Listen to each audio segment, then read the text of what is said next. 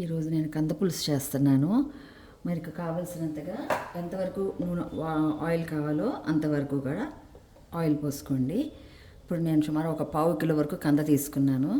దానికి గాను నేను ఒక 2.5 స్పూన్లు ఆయిల్ వేశాను. ఆ ఆయిల్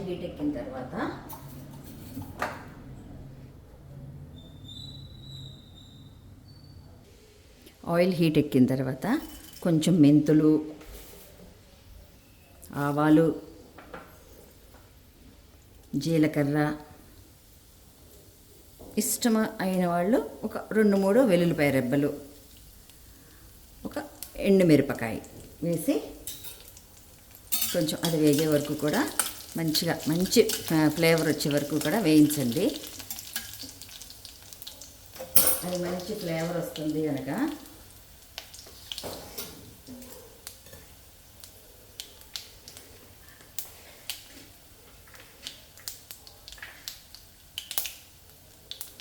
ఉల్లిపాయ, పచ్చిమిరపకాయ తరిగి పెట్టుకుంది. ఒక చిన్నపాటి ఉల్లిపాయలు ఒక 2, ఒక 5-6 పచ్చిమిరపకాయలు వేసాను.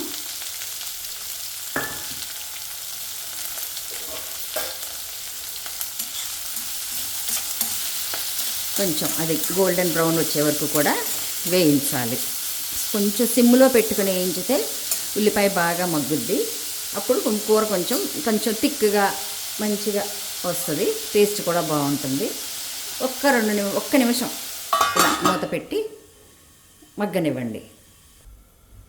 మధ్యలో మూత తీసి ఒకసారి కలపండి. మీడియం ఫ్లేమ్ మీద పెట్టండి.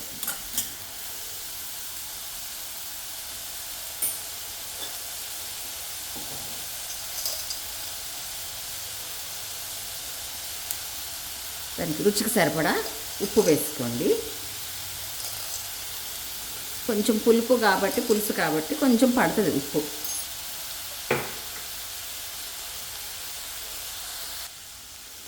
కొంచెం పసుపు వేసి మొత్తం కలుపుకోవాలి.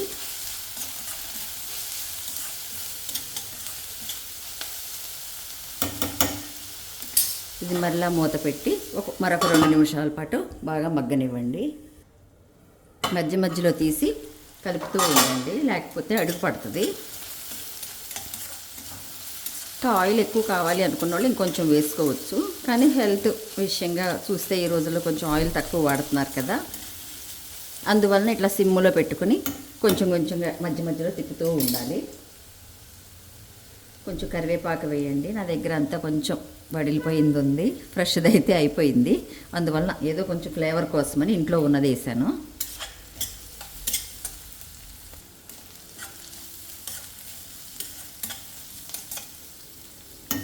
మరలా కొంచెంసేపు అలా మూత పెట్టి సన్నని మంట మీద మగ్గనివ్వండి. ఒక 2-3 నిమిషాలు అయిన తర్వాత ఇదిగో ఈ విధంగా మగ్గుతుంది. కరెక్ట్గా వచ్చింది మగ్గటం. ఇప్పుడు 1 స్పూను కారం. ఇంకా మీకు కారం తినాలి అనుకుంటే ఇంకొంచెం వేసుకోండి. నాకు ఇది సరిపోద్ది అనిపిస్తుంది. ఎందుకంటే నేను ఒక పావు కిలో వరకు కందం తీసుకున్నాను. ఆ కందని నేను ముందు ఇదిగో ఈ విధంగా ఉడకపెట్టుకుని మొత్తం చెక్కు తీసేసి కుక్కర్లో ఉడకపెట్టుకుని ఒక 3 విజిల్స్ వస్తే సరిపోయింది. ఎందుకంటే ఇది పచ్చికంద కాబట్టి 3 విజిల్స్ అంతే వచ్చిన తర్వాత ఇది ఇట్లా ముక్కలు కోసుకుని ఇది దీంట్లో వేసేయండి. ఒకసారి మంచిగా అలా కదుపుకుని అది బాగా మిగలా ఉడికిపోతే డైరెక్ట్ పులుసు పోసేయచ్చు. ఇది ఇంకొంచెం ఉడకాలేమో అని నాకు అనిపిస్తుంది. ఎందుకంటే కొంచెం గట్టిగానే అనిపిస్తుంది. అందువల్ల నేను 1 గ్లాసు వాటర్ పోస్తున్నాను. ఈ గ్లాసులో ఒక 2-3 నిమిషాలు కూడా ఈ గ్లాస్ వాటర్లో ఒక 2-3 నిమిషాలు ఉడికిన తర్వాత పులుసు పోస్తాను నేను. మూత పెట్టి 1 నిమిషం ఫుల్ ఫ్లేమ్ పెట్టండి. ఇలా ఉడుకుతున్నప్పుడే కొంచెం కసూరి మేతి జస్ట్ ఫ్లేవర్కి ఎందుకంటే పులుపు తర్వాత బెల్లం కూడా వేస్తాం కదండి. ఆల్రెడీ మెంతులు వేసాను, అందుకనే ఇంకొంచెం కసూరి మేతి వేస్తే ఆ ఫ్లేవరే కొంచెం చాలా బాగుంటుంది. మూత పెట్టి కొంచెంసేపు మగ్గనియండి. ఒక 2-3 నిమిషాలు ఉడికిన తర్వాత మూత తీసి ఒక గ్లాస్ వాటర్ పోసాను కదండి, దాంతో అది ఇంకొంచెం కూడా బాగా ఉడికింది. కొంచెం చింతపండు రసం రుచికి సరిపడా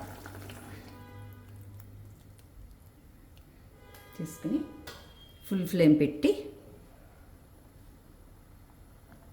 ఉడకనివ్వాలి. అలా ఉడుకుతున్న దాంట్లో ఇష్టం ఉన్నోళ్ళు ఒక చిన్న బెల్లం గడ్డ వేయండి.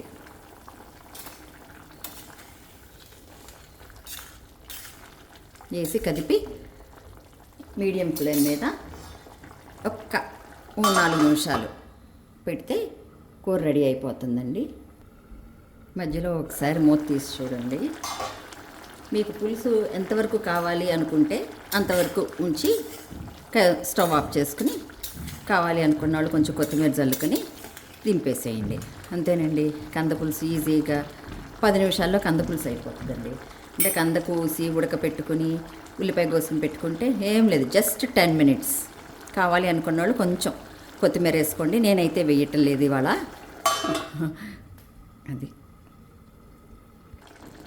ఇంకొక 2 నిమిషాల్లో దింపుతాము అనగా మనం పొయ్యిని వెరీ లో ఫ్లేమ్లో పెట్టుకుని జస్ట్ ఇలా మూత పెట్టేసేసి ఉంచి స్టవ్ ఆఫ్ చేసేసుకోండి. అంతేనండి, కంద పులుసు రెడీ అయిపోతుంది. అదిగో చూడండి, ఒక 2 నిమిషాలు అయింది. ఇలా వస్తుంది. ఇలా వచ్చినప్పుడు స్టవ్ ఆఫ్ చేసేసుకుని, అంత గ్రేవీ ఉండాలి, ఆ పులుసు అంత ఉండాలి. ఎందుకంటే చల్లారే కొద్దీ కంద ముక్క పీల్ చేసుకుంటుంది. అది కొత్తిమీర జల్లేసుకుని దింపేయండి. అంతే, ఎంతో టేస్టీగా ఉండే కంద పులుసు రెడీ అయిందండి. అదిగోండి చూడండి. తర్వాత చల్లారిన తర్వాత చూపిస్తానండి మళ్ళీ. అప్పుడు ఇదిగోండి, ఎంతో రుచికరమైన పుల్లగా తీయగా ఉన్న కంద పులుసు రెడీ అయిపోయింది. మీరు కూడా ట్రై చేసి చూడండి. ఎంతో టేస్టీగా ఉండే కంద పులుసు. జస్ట్ పెద్ద పని ఏమీ ఉండదండి, 10 మినిట్స్లో కంద పులుసు అయిపోతుంది.